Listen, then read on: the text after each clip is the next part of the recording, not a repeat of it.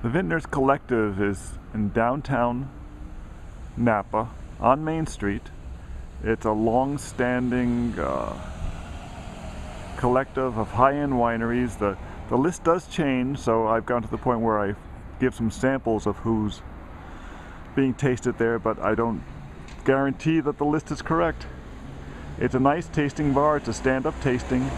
They stay open later in the day, which is helpful, as many things in downtown Napa do, since so many other wineries will close at 5 o'clock, 6 usually is the latest for the wineries. Nice collection, good staff. It gets a little raucous now and then in a bar-like way, but very good wines and always interesting. It's right on Main Street. It's across the street from Stonehenge, which is a tasting room that gets a lot of its grapes from other areas. It's a big production facility. It's also right across from a great wine bar called what is it? Like 213 Main Street. This is Main Street. It's right over there. It's a great wine bar, a very interesting collection. And it's also right across from a wonderful Indian restaurant called Neela's. This is really the area's best Indian restaurant.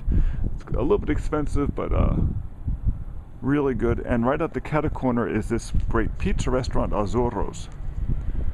But Neela's is kind of a favorite. And as I walk up here, you'll see that this is right here on Main Street in downtown Napa.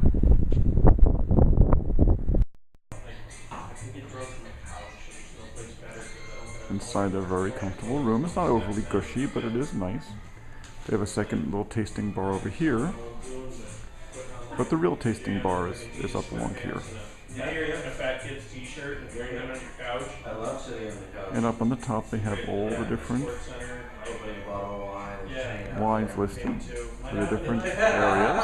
They handle about 20 different labels now. That's what we do when we snuggle. And a few books and gift items.